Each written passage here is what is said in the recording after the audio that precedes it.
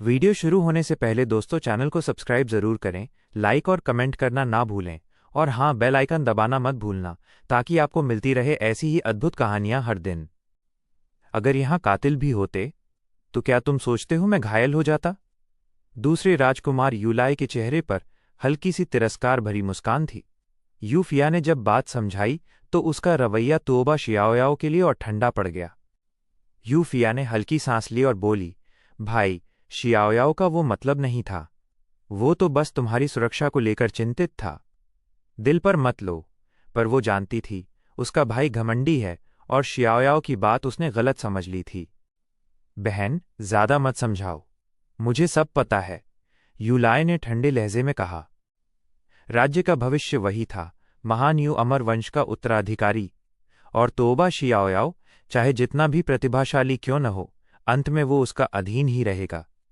पहचान का फर्क बहुत बड़ा था। यूलाई के लिए लोग हमेशा झुकते थे, तो फिर वो किसी और को क्यों झुके? पिछले कुछ दिनों से वो कातिलों के डर में जी रहा था, लेकिन हुआ कुछ भी नहीं। अब उसे और गुस्सा आ रहा था। जिसने ये सब डर फैलाया था वो था तुओबा शियाओयाओ, और अब उसे किसी तरह का अफसोस नहीं था। शियाओयाओ समझ गया कि उसकी बातों ने दूसरे राजकुमार को नाराज कर दिया है। वो बस मुस्कुराया। लगता है मैंने जरूरत से ज्यादा चिंता कर ली थी और युवराज को बुरा लगा। मेरी माफी। उसके शब्द न विनम्र थे न घमंडी, बस शांत। यू मिंग ने मौका देखकर तंज कसा। अगर खुद को ताकतवर समझने लगे तो इंसान घमंड में अंधा हो जाता है। दूसरे भाई के पास तो भाग्य का सागर है, कोई मामूली आदमी उसके पास कैसे टिक सकता है? लेकिन शियाओयाओ उसकी बातों पर चुप रहा। उसकी नजरें यूफिया पर थीं, सवालों से भरी। उसके मन में एक ही बात घूम रही थी, राजकुमार यूलाई पर हमला क्यों नहीं हुआ? क्या भविष्य बदल गया है, या फिर गू चांगे ने अपना प्लान ही छोड़ दिया? यूफिया ने बस सिर हिलाया। उसे भी नहीं पता था। वो शियाओयाओ पर भरोसा करती थी, इसीलिए उसने अपने पिता से कहा था कि दूसरे राजकुमार की सुरक्षा के लिए और सैनिक भेजे जाएं। पर शिकार सम्मेलन के दौरान कोई हमला नहीं हुआ। अब उसे डर था कि अगर सम्राट नाराज हुए तो वो क्या जवाब देगी।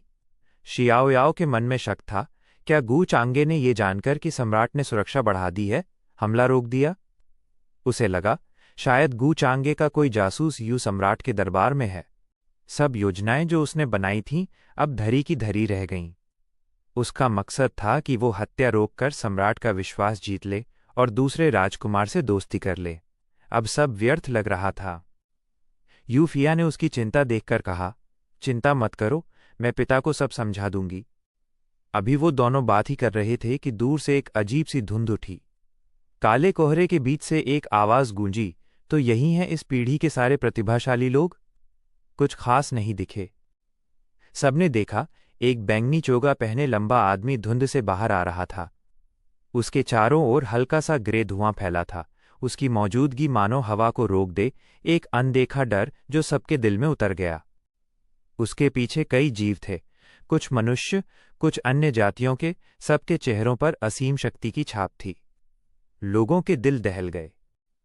ये तो एब्सोल्यूट हेवनली रॉयल फैमिली के लोग हैं, किसी ने कहा। पूरा मैदान हिल उठा। ये वो लोग थे जिनका नाम सुनकर भी लोग कांप जाते थे। कहा जाता था कि एब्सोल्यूट हेवनली एक्सटिंक्शन, जो स्वर्ग से भी ऊपर का विनाश है, उसी जगह के जीव हैं ये लोग। उन्हें साधना की जरूरत नहीं पड़ती। उम्र बढ़ती है तो ताकत खुद ब खुद बढ़ती जाती है। और अगर किसी साधक पर उनका हेवनली ऑरा लग जाए तो वो जहर की तरह मौत बन जाती है। यूलाई, यूफिया, सबके चेहरे पर गंभीरता थी। बैंगनी वस्त्रधारी युवक का आभा असीम थी। कोई उसकी गहराई समझ नहीं पा रहा था। उसने हल्की मुस्कान के साथ कहा, मेरा नाम जिया लुओ है, आप सभी को प्रणाम। उसकी आवाज नरम थी, लेकिन उसमें एक अजीब सा अहंकार छिपा था। उसके पीछे खड़े सब जीवों की नज़र में तिरस्कार झलक रहा था। यूफिया ने शांत लहजे में पूछा, हमारा और आपकी रॉयल फैमिली का कोई वैर नहीं, फिर इस बार यहां आने का उद्देश्य क्या है? जिया लुओ मुस्कुराया, कुछ पल उसे देखा और बोला, मैं राजकुमारी यूफिया के लिए आया हूं। पूरा मैदान सन्न हो गया। यूलाई, यूमिंग, सब स्तब्ध रह गए। क्या मतलब? यूफिया ने भौहें चढ़ाईं। उलझन में बोली। शियाओयाओ का चेहरा गहरा पड़ गया।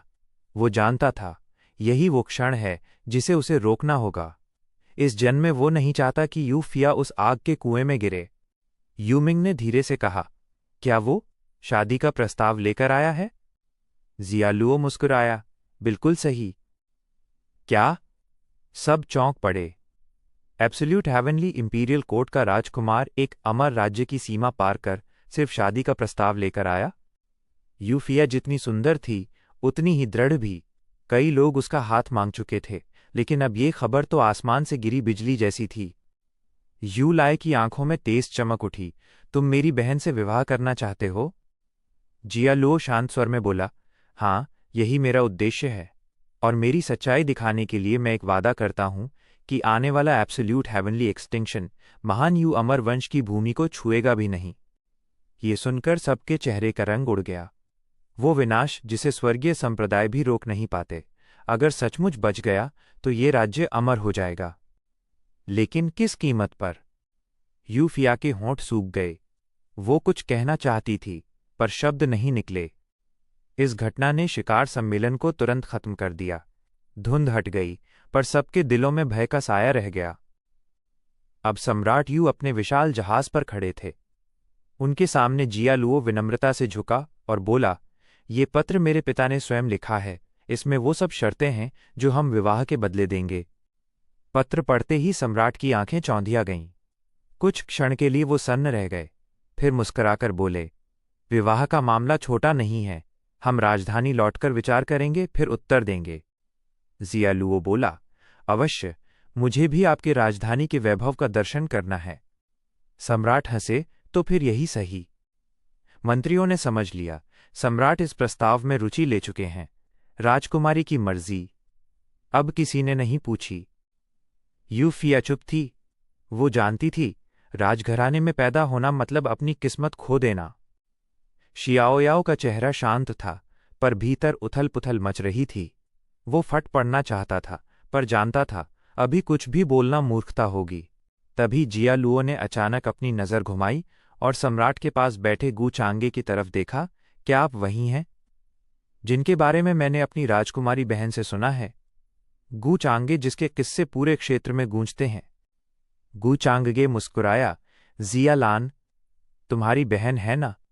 हाँ, जियालुओ ने आदर से कहा, अगर उसे पता चले कि आप उसे याद करते हैं तो वो बहुत खुश होगी। उस पल पूरा दरबार शांत था, क्योंकि सब जानते थे गू चांगे कोई साधारण व्यक्ति नहीं, और अब उसकी कहानी एब्सोल्यूट हेवनली कोर्ट से जुड़ चुकी है। इस खबर ने पूरे एब्सोल्यूट हेवनली इंपीरियल कोर्ट को हिला दिया था। गू चांगे ने एंशिएंट हेवनली लॉर्ड ऑफ रीइंकर्नेशन के उत्तराधिकारी को मार गिराया था। लेकिन दिलचस्प बात यह थी कि ये बात सिर्फ दरबार के अंदर तक ही सीमित थी। बाहर की दुनिया को अब तक यही लगता था कि गू चांगे के पास खुद उस प्राचीन स्वामी की विरासत है। इसी वजह से जियालुओ के मन में गू चांगे के लिए इतना सम्मान था। एब्सोल्यूट हेवनली इंपीरियल कोर्ट में ताकत ही सब कुछ थी, और इतनी कम उम्र में गू चांगे ने जो मुकाम हासिल किया था वो किसी चमत्कार से कम नहीं था। इसलिए जियालुओ का झुकना लाजमी था। वो भी जानता था, आने वाले समय में रीइंकॉर्नेशन प्लेटफॉर्म बनाने के लिए दरबार को गू चांगे की मदद की जरूरत पड़ेगी। और ये प्लेटफॉर्म उनके लिए किसी मंदिर से कम नहीं था। कहा जाता है कि इसी से एब्सोल्यूट हेवनली क्रीचर्स का जन्म और पोषण जुड़ा है। तभी सम्राट यू मुस्कुराए और बोले, लगता है गू चांगे का एब्सोल्यूट हेवनली इंपीरियल कोर्ट से पहले से ही कुछ रिश्ता रहा है। उनकी आंखों में हल्की सी चमक थी। अगर जियालुओ ये बात न कहता तो शायद उन्हें कभी पता ही नहीं चलता कि गू चांगे का वहां भी संबंध है। असल में तो बहुत कम लोग जानते थे ये राज। गू चांगे ने सचमुच अपनी असलियत को गहराई में छुपा रखा था। गू चांगे हल्के से मुस्कुराए, मैं प्रिंस जियालुओ की बहन से एक बार यूं ही मुलाकात हुई थी, बस उतना ही संबंध है। जियालुओ भी मुस्कुराया, अगर मौका मिले तो यंग मास्टर चांगे जरूर हमारे दरबार में मेहमान बनकर आएं। मुझे यकीन है मेरे इंपीरियल फादर आपको बहुत पसंद करेंगे। जब हम वापस लौटे थे तो मेरी बहन अक्सर आपके बारे में बात करती थी। बस इतना सुनना था कि पूरे हाल में फुसफुसाहट शुरू हो गई। सबके दिमाग में एक ही बात घूमने लगी, क्या एब्सोल्यूट हेवनली इंपीरियल कोर्ट की राजकुमारी गू चांगे को याद करती है? कई लोग तो सोचने लगे, कहीं ये किसी राजसी प्रेम कहानी की शुरुआत तो नहीं। क्योंकि जिया लुओ ने जो कहा उससे साफ था कि उसकी बहन का दरबार में ऊंचा रुतबा है। पर असलियत ये थी, जिया लुओ ने ये सब जानबूझकर कहा था। वो चाहता था कि गू चांगे से उसका रिश्ता और घनिष्ठ लगे। बाकी सबकी तरह वो किसी की परवाह नहीं करता था, चाहे सामने सम्राट यूं ही क्यों ना हो। गू चांगे मुस्कुराते हुए बोले, वैसे थोड़े समय बाद मेरा भी इरादा है एब्सोल्यूट हेवनली इंपीरियल कोर्ट जाने का। उस वक्त प्रिंस जियालुओ रास्ता दिखा देंगे। जियालुओ की आंखें चमक उठीं। बिल्कुल, हमारे दरबार के लिए तो ये सम्मान की बात होगी कि आप आएं। प्रिंस जियालुओ का गू चांगे के लिए जो रवैया था वो बाकी सबके लिए एकदम अलग था। यहां तक कि अपनी विवाह प्रत्याशी प्रिंसेस यूफिया के लिए भी वो इतना विनम्र नहीं था। ये देखकर कई मंत्री मन ही मन सोचने लगे, शायद जियालुओ यहां किसी आदेश पर आया है, उसे प्रिंसेस यूफिया से कोई खास लगाव नहीं। इसी बीच प्रिंस यू मिंग ने धीमे स्वर में कहा, बहन, इस आदमी का रवैया कुछ ठीक नहीं लग रहा। अगर सम्राट ने रिश्ता पक्का किया तो शादी के बाद तुम्हें दुख ही मिलेगा। वो यूं तो हंसमुख और बेपरवाह था, लेकिन आज उसकी चिंता सच्ची थी। वो जानता था कि सम्राट के फैसले में उसका या उसके भाई यू लाए का कोई हाथ नहीं। उसकी बात सुन सब चुप रहे। यूफिया बस हल्का सा सिर झुकाकर मुस्कुरा दी और कुछ नहीं बोली। जियालुओ ने उसकी बात सुन ली थी। वो मुस्कुराया और बोला, क्योंकि मैं किसी की बहुत प्रशंसा करता हूं, इसलिए थोड़ा ज्यादा उत्साहित हो गया था। आशा है प्रिंसेस फिया इसे बुरा नहीं मानेगी। यूफिया ने संयत मुस्कान के साथ कहा, प्रिंस जियालुओ मजाक कर रहे हैं, मैं इतनी छोटी बातों पर ध्यान नहीं देती। सम्राट यू जोर से हंसे, प्रिंस जियालुओ तो असाधारण प्रतिभा के धनी हैं, मेरी बेटी उनके साथ रहेगी तो कैसे दुखी रह सकती है। पूरा हाल हंसी और तारीफों से गूंज उठा। सब मंत्री भी बातों में शामिल हो गए।